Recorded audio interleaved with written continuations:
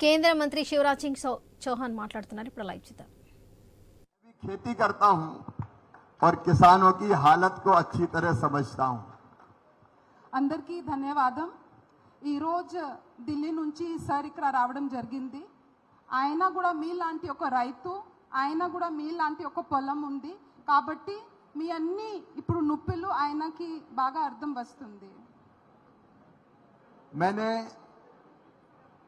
Aerial survey करके deputy chief minister साहब के साथ, संजय बंडी जी के साथ पूरी स्थिति देखी है.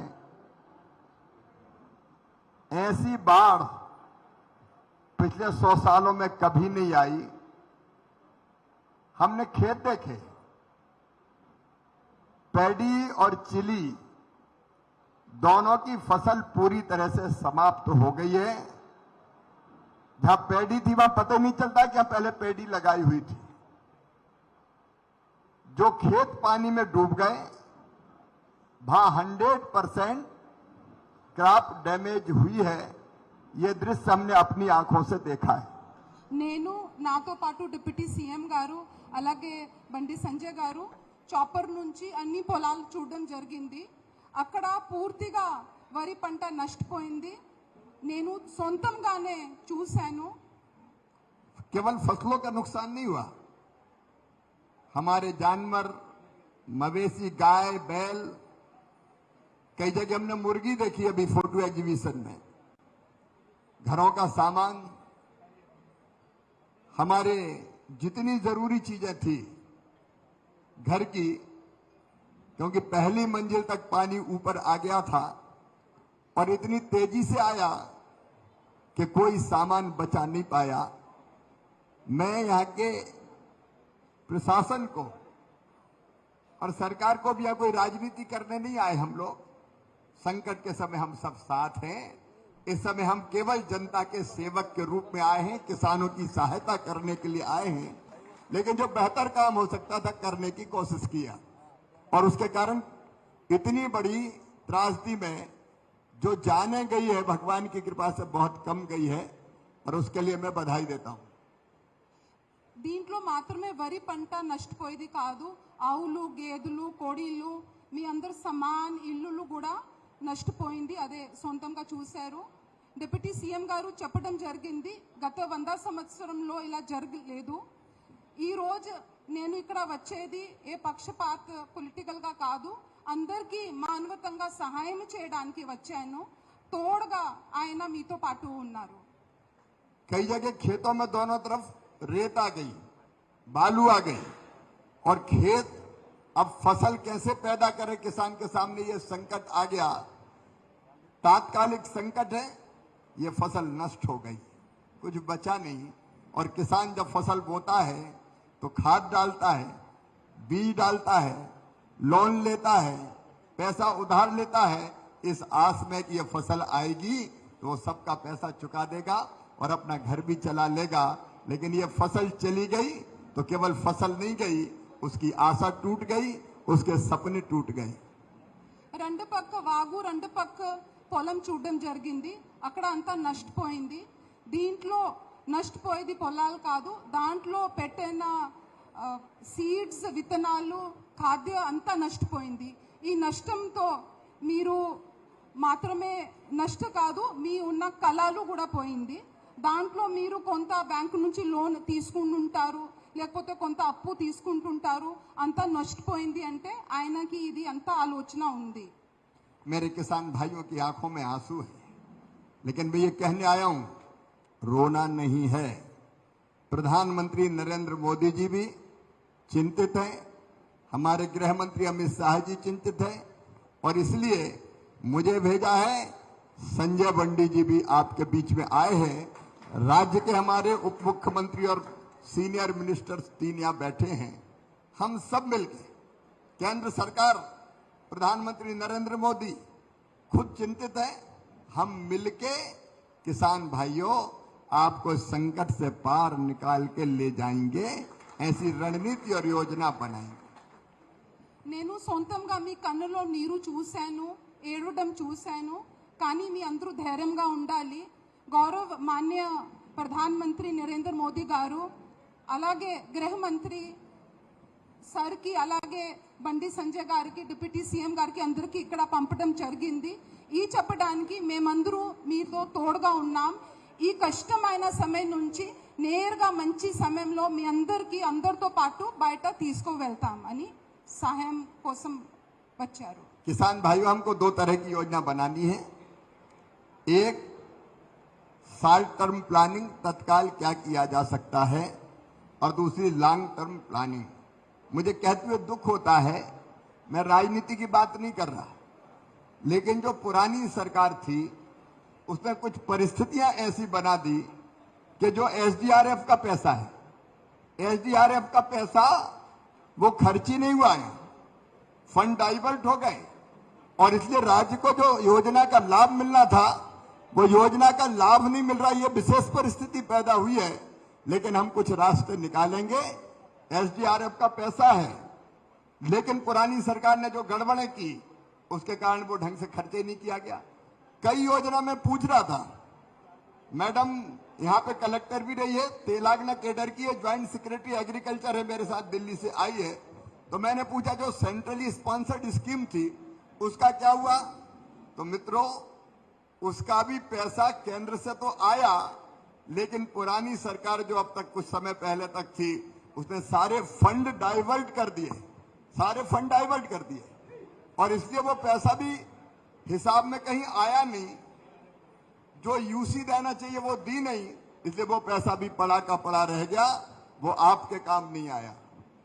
సార్ ఏం చెప్తున్నారంటే, నేను రాజకీయాలు చేయడానికి రాలేదు, రాజకీయాలు మాట్లాడడానికి రాలేదు, కానీ గతంలో ఉన్న ప్రభుత్వము ఎన్డీఆర్ఎఫ్ సంబంధించి విపత్తు సమయంలో ఉపయోగించాల్సిన పైసలను ఎన్ని విపత్తులు వచ్చినా ఉపయోగించుకోలేదు, దాన్ని వాడలేదు.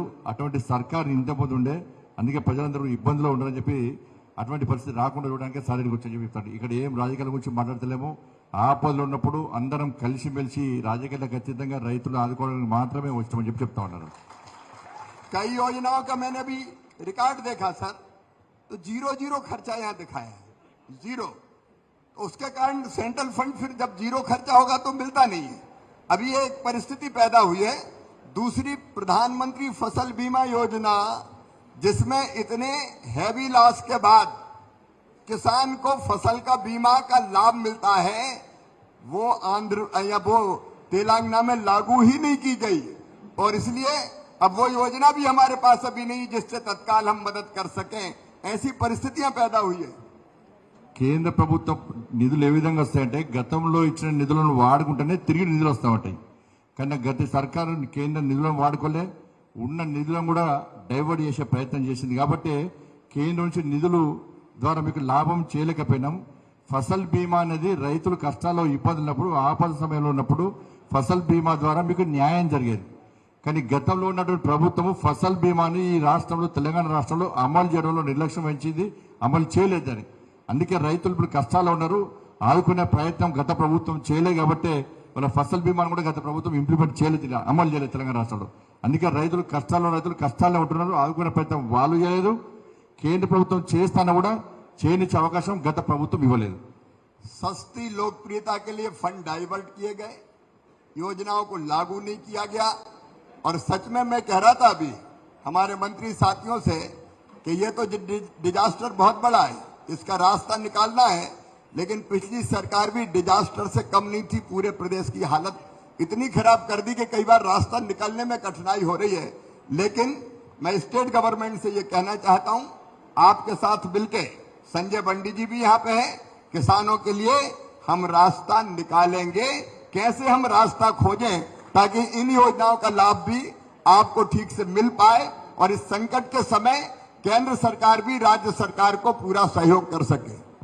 గత ప్రభుత్వము అనేక సంక్షేమ పథకాలు కేంద్రం ఇచ్చినా కూడా ఇక్కడ అమలు చేయలేకపోయింది.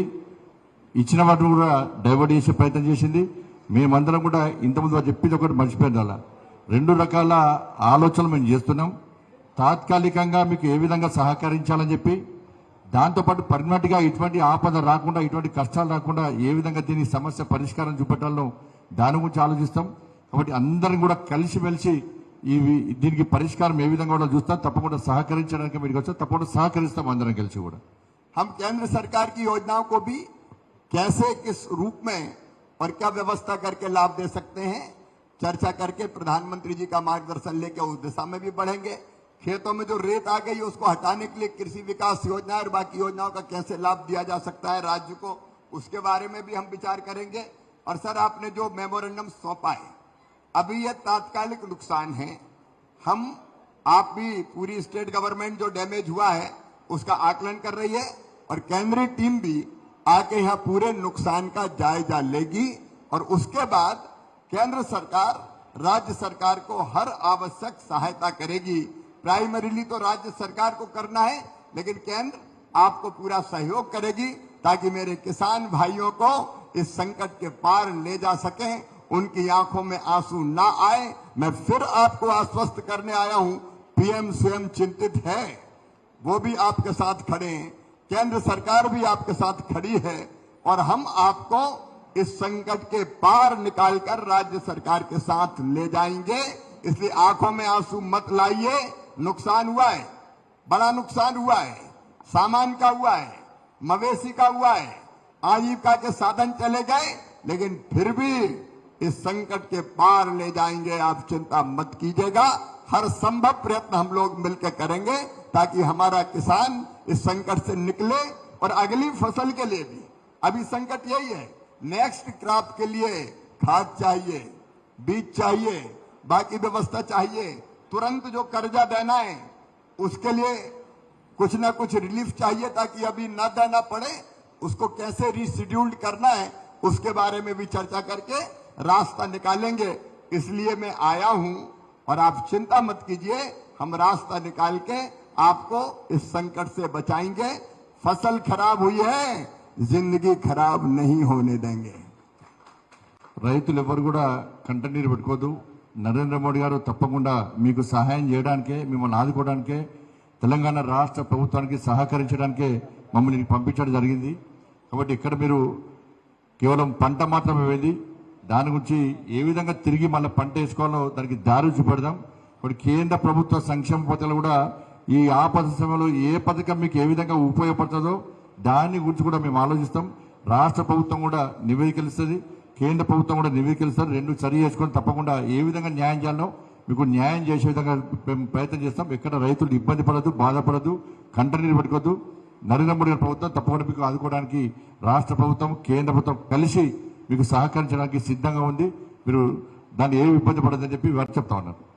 केंद्र सरकार की तरफ से संजय पंडित जी लगातार यहाँ नजर रखेंगे ही और राज्य सरकार के सभी साथी यहाँ बैठे हुए हैं. यहाँ के बाद मैं फील्ड में भी देखने कुछ खेतों को जाऊंगा और उसके बाद हैदराबाद जाके वहां हम राज्य सरकार के साथ उनके साथ भी मीटिंग करेंगे और रास्ता निकालने का काम करेंगे. హైదరాబాద్ పోయి కూడా ఇక్కడ ముగ్గురు మంత్రివర్యులు ఉన్నారు, గౌరవ డిప్యూటీ సీఎం గారు ఉన్నారు. అందరం కలిసి కూడా ఇవాళ ఇక్కడ చూస్తాం, అన్ని విషయాలు చూస్తాం. ఇక్కడ ఎంత నష్టం జరిగింది కూడా అన్ని పరిశీలించడం జరిగింది. హైదరాబాద్ వెళ్ళి కూడా గౌరవ ముఖ్యమంత్రి గారు ఇతర అధికారులతో కూడా ఈరోజు సాయంత్రం చర్చిస్తున్నాం.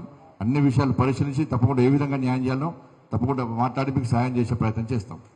किसान